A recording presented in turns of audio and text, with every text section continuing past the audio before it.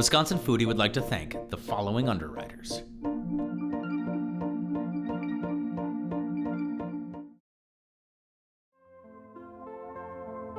I'm Sarah from Noble Rind Cheese Company. We started Noble Rind about 3 years ago, and it is a fantastic cut-to-order cheese shop. So we get in big whole wheels of cheese and cut everything to order for our customers. You can buy a little or a lot.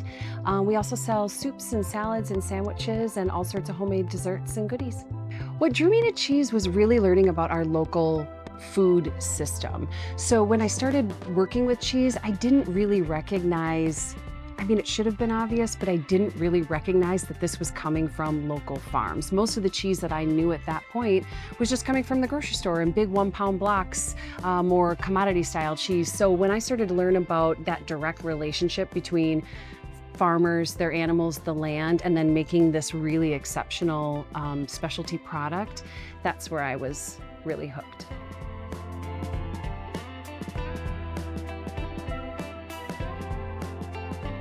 So for a board, I'm a big fan of the simpler the better. I really want the cheese to be the highlight. I really want the cheese to shine, maybe a few accompaniments to go with it, but it's really about the cheese.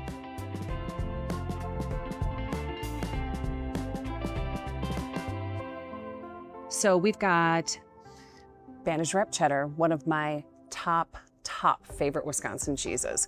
So this cheese I love because of that mossy, earthy flavor profile.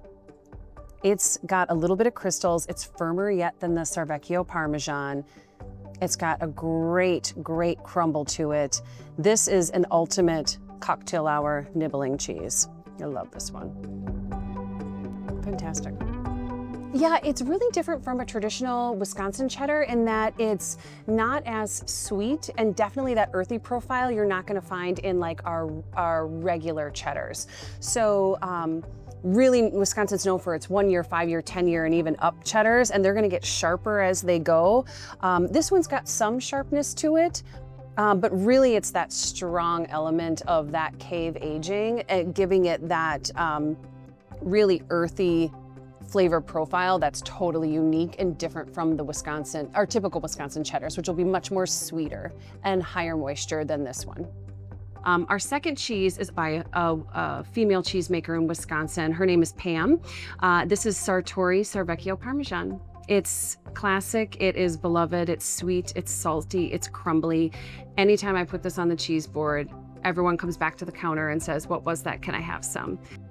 Okay, so the Sarvecchio Parmesan, you can see this beautiful color change within the wheel, and I love seeing that in aged cheeses. To me, it's very, this like sunset effect. But you can also see little tiny spots of crystal growth here. A lot of people think it's salt. It's tyrosine. It's a protein that is part of the cheesemaking process, but it gives a little bit of crunch, a little bit of texture in these cheeses, and that seems to be very popular with consumers. The parm is drier and it's fruity and nutty, a little bit salty, but really nicely balanced between the different flavors. So I really do like this one. It's got a great texture. So we've got Marieke Gouda. She's from Thorpe, Wisconsin. So she makes one Gouda. Some are aged longer, some have added flavors, but her traditional recipe for her Dutch Gouda is just beautiful. This is so flavorful. I mean, it's a plain young Gouda, but it's incredibly flavorful. And part of that is because of the raw milk and because of Marieke's technique in making these Goudas. So it's very creamy. A little's gonna go a long way. I should also mention too that Marieke just won her Master Cheesemaking Award. So she is one of 4 women to ever get this award in Wisconsin. And that is a big deal. So that's very excellent for her. I'm John Umhafer. I'm Executive Director of the Wisconsin Cheesemakers Association. You are at the big night where we are celebrating the winners of the United States Championship Cheese Contest, which we've been holding since 1981, but honestly before that, this event actually started in 1893 before we changed its name to this United States Championship. Well, honestly, it's grown immensely. Since when we began 44 years ago, it's grown from a couple hundred entries to now over 2,000 entries, and we're going for 3,000, so we're very proud of it. All right, 9 awards to Marieke Gouda. Marieke Gouda in Thorpe, Wisconsin, the gold. I have known Marieke since she made her first piece of cheese, I'm proud to say. She has won this competition numerous times, countless times with gold medals, and then she's been the top cheese more than once. So we're very proud of what she represents in Wisconsin, and that is this renaissance of specialty cheese making in the state, and she's one of the greats. Tonight, we bring CheeseCon to a close with a celebration of the best and brightest dairy processors in the world, and alongside that, we'll acknowledge the accomplishments of new Wisconsin master cheesemakers. So for over 30 years, the industry has been issuing masters to people who go the extra mile. These are great cheesemakers who have been making cheese for more than 10 years in a certain style. Then they take 3 years of coursework and then take a rigorous 40-hour written test that makes them a master in a certain cheese style. And there's just a handful of those in Wisconsin and nowhere else in the United States. Thank you. I am the master cheesemaker Gouda. Don't forget it. About 18 years ago, we had this crazy idea to start making Gouda, and I can call myself a master cheesemaker. I just became a master cheesemaker. Once upon a time, Gouda could only be found in the Netherlands. But today, Gouda takes front and center in the Wisconsin cheesemaking conversation. We're in Thorpe, Wisconsin, to meet with master cheesemaker Marieke Penterman of Marieke Gouda. Now, Marieke has an amazing background story, but she also has very different generations and iterations of the cheese in which she's considered a master. I'm really excited to come in today to taste some of these different generations, see some of the creative nuances, and find some ingredients to take back to the Driftless Cafe to utilize on my summertime cheese boards. So today we're in Thorpe, meeting with Marieke. It's gonna be a Gouda time. My name is Marieke Penterman, and I'm a cheesemaker here in Thorpe, Wisconsin. I grew up in the Netherlands, a tiny country in Europe. My parents were very hardworking dairy farmers. We are at the Creamery, where we have our dairy farm, and we also have, we take the milk from our dairy farm and we make it in delicious Gouda. This is our milking parlor right here on Penterman Farm. This is where we source our milk from. So we are a farmstead creamery, and that means we have the cows and the milk right here. So when these cows are getting milk, the milk goes straight through a pipeline under the ground, and there's only 137 feet between here and when it comes into our cheese vat. So growing up, my parents started a dairy farm. They took over my grandparents' dairy farm, and then my mom was always milking the cows, where my dad would feed the cows. My mom would be in the milking parlor, and as mom, and having 2 kids, of course, what do? You bring your kids with you in the milking parlor.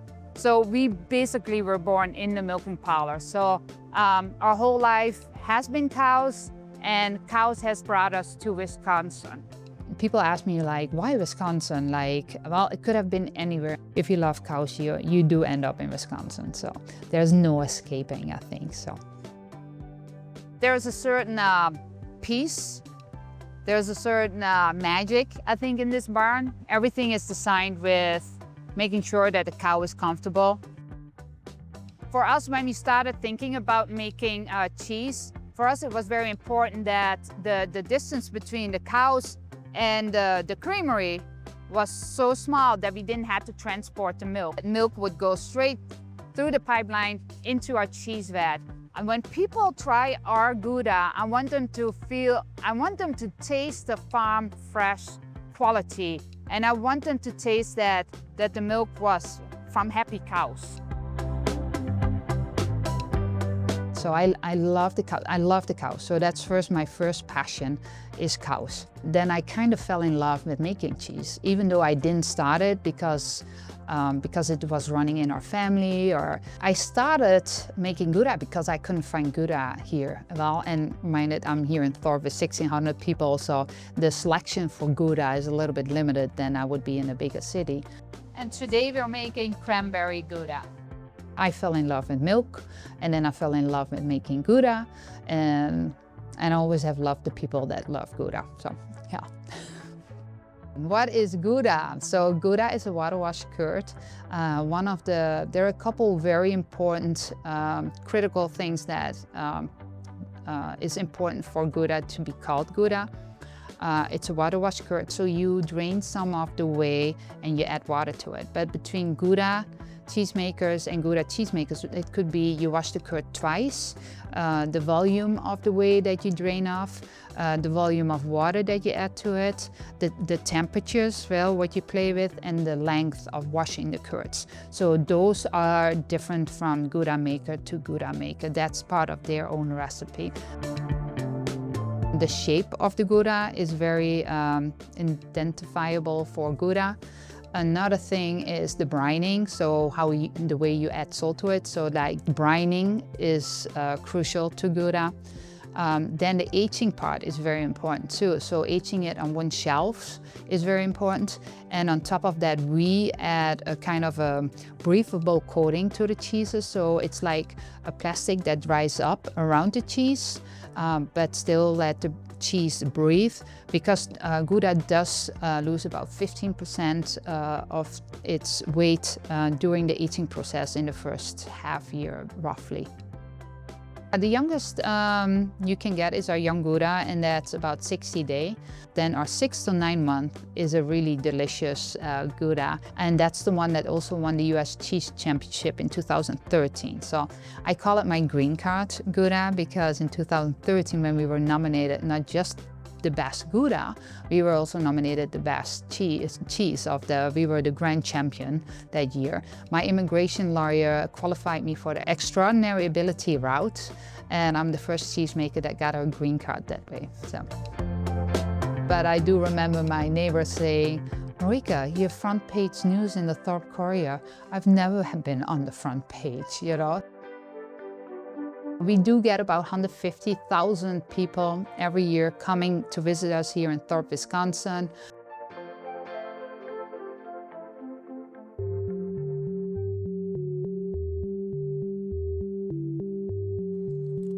Marieke? Oh, hey, Luke. How are you doing? Great, how are you? Ah, fantastic. Living the Gouda dream. The Gouda dream. So what are you up to today?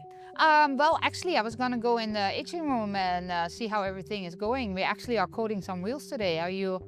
Did you ever coated a wheel? I've never coated a wheel cheese in my Well, life. we have to change that, don't we? So, Today is the day. Today is someday, yes. Let's do it. Let's coat some wheels. Okay, that sounds great. Thanks, I'll follow you. This is great. Come along. Right now, we are coating Holy Trinity. So it's a newer flavor of ours that has celery, onions, and green peppers. And it's looking like to be coated. Yeah. Are we ready? Sure. So this is the old-fashioned way. In the Netherlands, they would also use a sponge. You could do that too. So we use a brush, and you dip it, and you use this on it. And then you use the Lazy Susan to help. So, and you want to make sure that you don't go all around on the bottom, because you want to be able to lift it up. Sure. And keep a non-coated side. Okay. So I wonder what Susan ever did to deserve the moniker being lazy. Why are we, painting this coating on? I've seen cheesemakers use bandages. I've seen cheesemakers, obviously you want an aged rind on some of those cheeses. Why is this essential to making Gouda? Well, there are different ways of doing it, of course. For us, we chose this way because this still let the cheese breathe, like let it develop to its maximum potential. If you would do a wax, like we all know, the red wax Goudas from the Netherlands, that's very airtight. And I think they use it for exporting cheeses, so it would protect them during transportation. And it also holds it in that age of what they ordered. If they ordered a young Gouda, they don't want to have an aged Gouda by the time it's on the destination. So this actually will let it age breathe and come to its full potential. This has been so fun getting to paint on the outside of these cheese wheels and like see the inner workings of Marieke and what's going on here.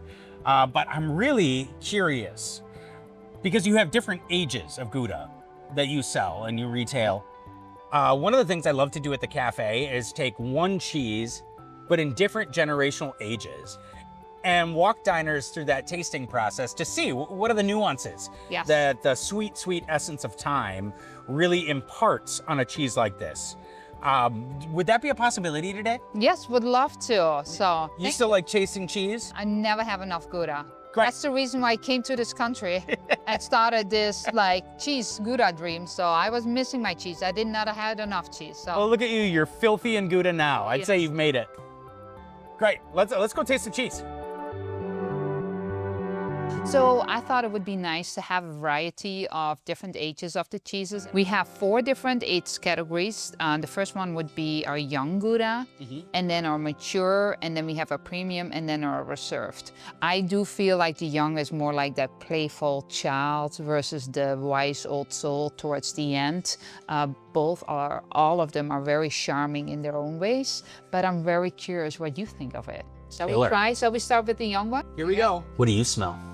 I smell like the clean milk that came from our own cows. It's simple. It's soft. Initially, you get a little bit of the salinity, creaminess for sure. It's this intense nuttiness that kind of comes out. And it has an earthy. I find that earthy tone to it too. So our mature is about 6 to 9 months. Okay. Has a little bit more of a bite to it, but it's still leaning more towards the younger version, I think. Very pleasing too, and I think we should try this. Okay, here we go. And it kicks in quickly. Dear Lord. You get a little bit of that sharpness, you know, the aged. I definitely get more like umami, you know, that earthiness. And this is then the one that won in 2013 the US Championship. So this is my green card cheese. Did you just say this is your green card cheese? What is that? What are you talking about? Yeah, so in 2013, we were nominated the grand champion at the US Cheese Championship.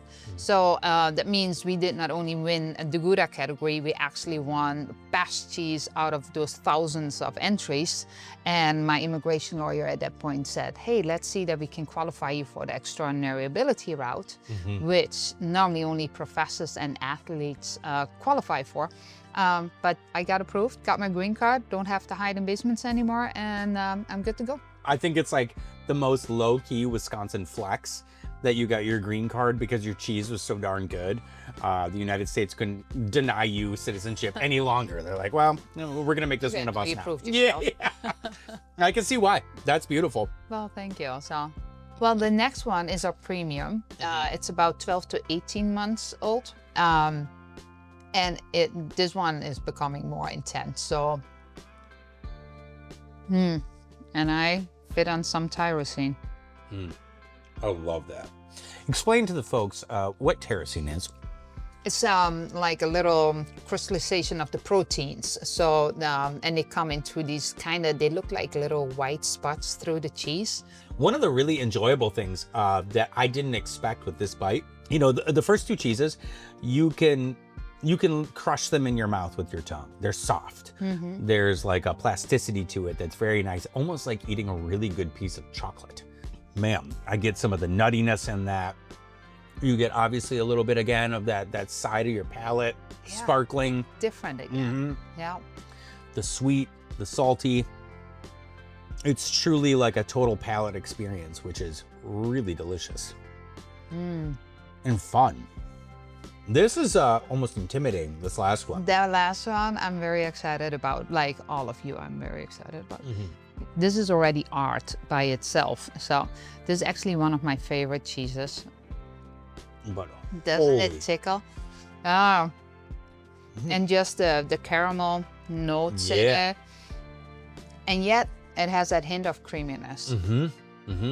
It's not, you know, sometimes like if you eat a really dry cheese, it's been really aged, it takes all that moisture out of your mouth, almost like a really tannic wine or a beverage.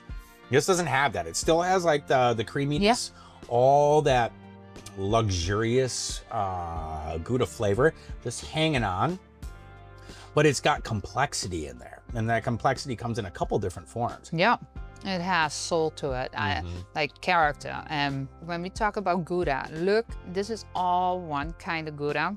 It starts out this, and then it goes and it becomes more mature and becomes this wise old towards the end, from a playful young child. Yeah, the baby, it grows up. You have 4 different kind of cheeses right here. Yeah, it started out like this. And it started out as liquid gold, I always call the milk. And it can bring you this.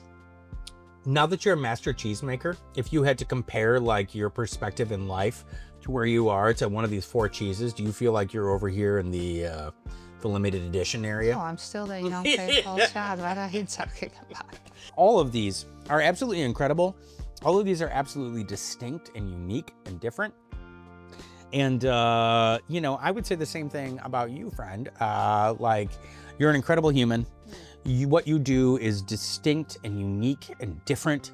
I think you bring a lot of energy and perspective and passion into the Wisconsin cheesemaking scene.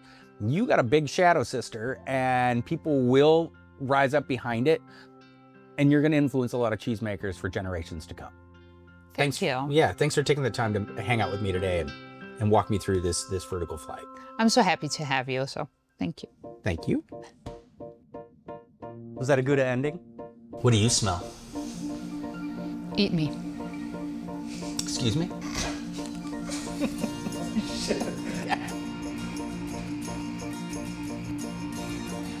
Now, do you ever race these things down a hill like they do in England? Yes, no. No. We should though, so.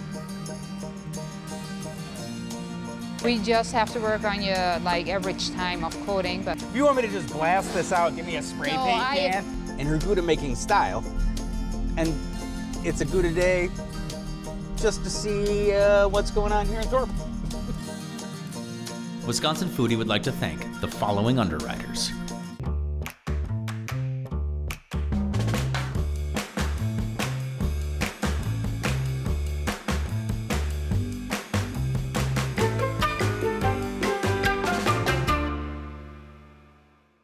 Did you know Organic Valley protects over 400,000 acres of organic farmland? So are we an organic food cooperative that protects land? Or land conservationists who make delicious food? Yes, we are. Organic Valley.